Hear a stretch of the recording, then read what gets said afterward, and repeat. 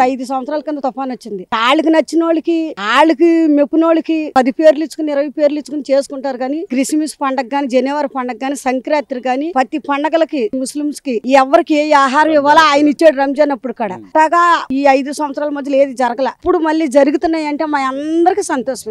ఇప్పుడు మళ్ళీ వాళ్ళకి ఆర్థికంగా ఇబ్బంది పడకూడదని చెప్పి కుటుంబానికి 3000 రూపాయలు ఇవ్వాలని, నిత్యావసరాలు ఇవ్వాలని చెప్పి చంద్రబాబు నాయుడు గారు ఆలోచన తీసుకోవడం నిర్ణయాలు చాలా బాగున్నాయి సార్. పేద సాదా ధనవంతులు దరిద్రులు అందరు తింటాకి 3000 ఇస్తున్నాడంటే ఈ 5 రోజులు వాళ్ళు పడ్డ కష్టానికి బలవంతుడని బలహీనుడని తెలియకుండా అందరికి ఒకే రీతిగా 3000 ఇచ్చి చేరు బియ్యం ఇచ్చి ఇంత ఉప్పు పప్పు ఇచ్చాడంటే ఆయన తండ్రే. గతంలో జగన్మోహన్ రెడ్డి ఉన్నప్పుడు ఇట్లా సాయం చేసింది కానీ పండగలకు ఇవ్వడం కానీ. తుఫాన్ వస్తే వాళ్ళకి సరిపోని వాళ్ళు మట్టుకే కడుపు నిండిపోయింది. పక్కన వాళ్ళకి నిండలా సార్ 5 సంవత్సరాలు. నాకు నిండలా ఎవరి సంగతి ఏమో గాని. గిలకల దిండి గ్రామంలో నేను చెప్తున్నాను.